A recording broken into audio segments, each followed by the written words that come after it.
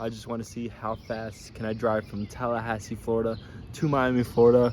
We're starting the journey after I get out of work. I finish work at around 11, probably go home, pack some clothes, and then get gas, and then drink my Starbucks can, which probably has like 150 milligrams of caffeine. And then we're gonna start the journey at around midnight and hopefully arrive in Miami in like 5 hours. That's the goal.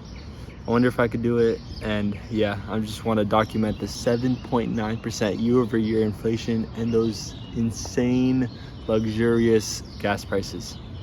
I'm officially back home. It is 11:30.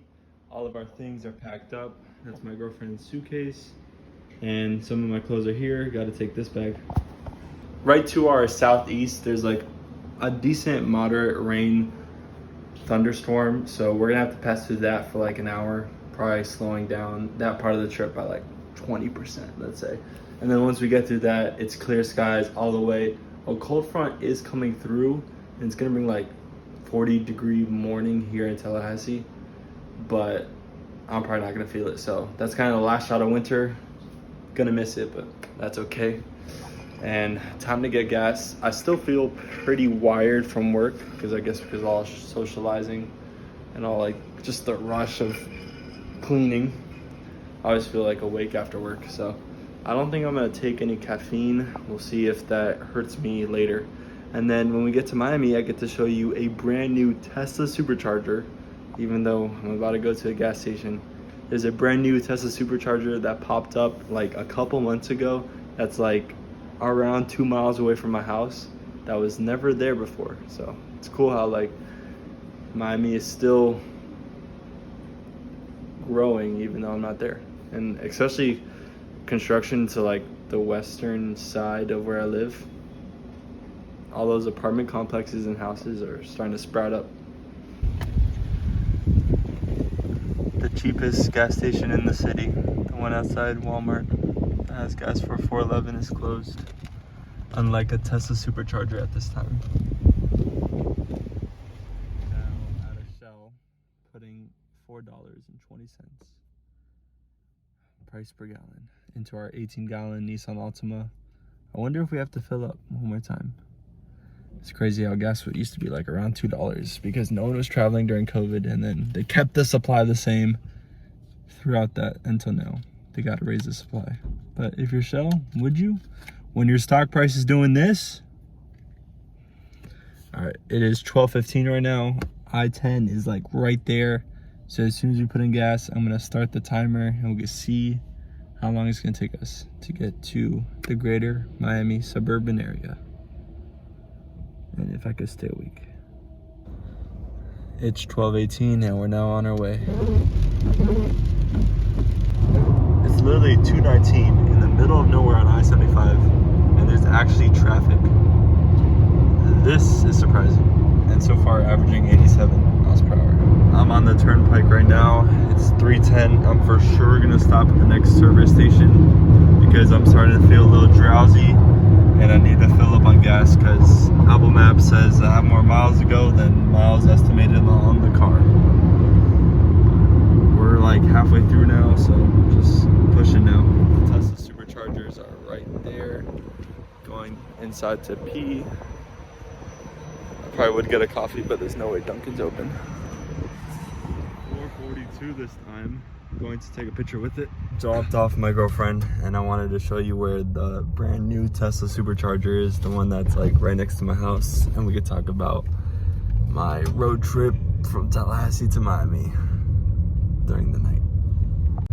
It's classic Miami with the Sedanos and a Vicky's bakery. I don't think I've ever mentioned this, but that bank right there is my TD Bank. And in Tallahassee, there's not a single TD Bank at all. So for the Tesla superchargers, I'm pretty sure they extended this parking lot because I do not remember all of this sticking out. Like we still have like construction over here with all the superchargers are wrapped. They're putting in like new mulch. So you have all those mulch bags over there. Okay. I really don't know how the Cybertruck is gonna fit in these parking spaces.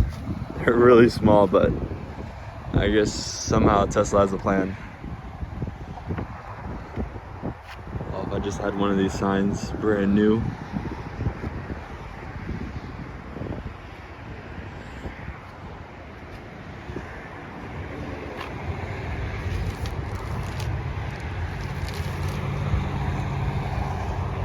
And then I-75 is literally right there. You can literally see the sign.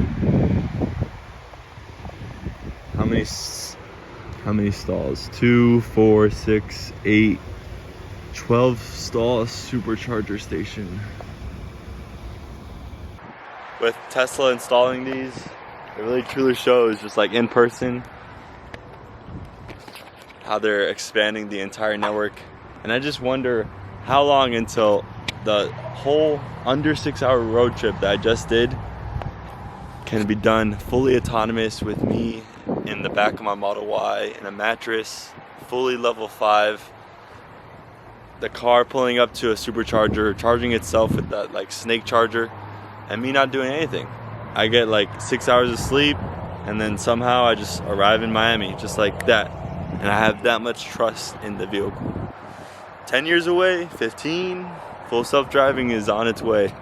And my gosh, I needed full self-driving for that journey, because at the end there, my driving was getting sloppy. You know how like a lack of sleep equals like some sort of amount of alcohol? Well, I was starting to feel like really just sluggish and languid at the end. I mean, I'm exhausted right now, beyond belief. And that drive, totaling under, here's the total time, average like 85 miles per hour. Didn't get a speeding ticket at all. The first like hour and a half, the rain was coming down hard, and I gotta say the whole drive was way darker than I expected. Like there were some parts where there was like overhead light, and I was like, thank God I could actually see everything. But then there was just like the parts where it's just the middle of the forest with only 2 lanes. I can only see like probably like 3 cars ahead with just like the lights of this thing. So I'm probably not gonna do that ever again. If I do another drive like that, I'm really gonna just try and do it from like maybe like 5 p.m. to midnight.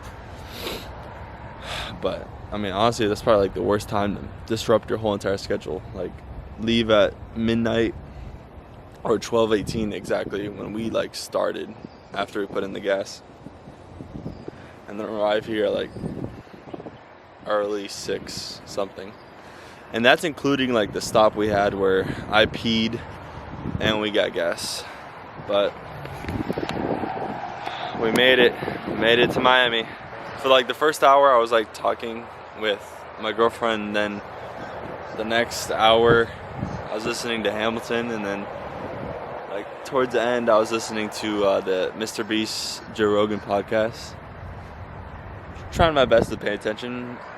Was trying to like annotate some notes onto my phone with like diction, which didn't work at all, and then I was trying to like drive and type. Just not good. Just wish autonomous driving was here. It would allow all these drives to be way easier. And honestly, if I get a Tesla and I don't get the FSD package, I'm doing myself wrong. It's probably really worth the extra money, especially since I want to go on road trips. Because I'm going on a 12-hour road trip to Austin, which was double what I just did. Oh, I'm not excited. Well, excited to get to the city and then any memories that happen while in the car, but just 12 hours? No one wants that when like you yourself have to drive. And it's such like an easy task. Like you're just like paying attention to lines. That's it. Just simple geometry. Which does come free with the car, but Navigate on Autopilot doesn't. And Navigate on Autopilot is kind of like the main feature unlock, where it actually switches lanes for you and takes exits and on-ramps, which is pretty powerful. I'll show you the middle school construction building from my high school. The last time I saw it, it was just like flat land. That was just a bunch of white gravel, just flat. I wonder if they have any structure now, probably. But I'm just gonna roll that, and then that's it. Oh, okay, nothing changed at all, just the flat surface.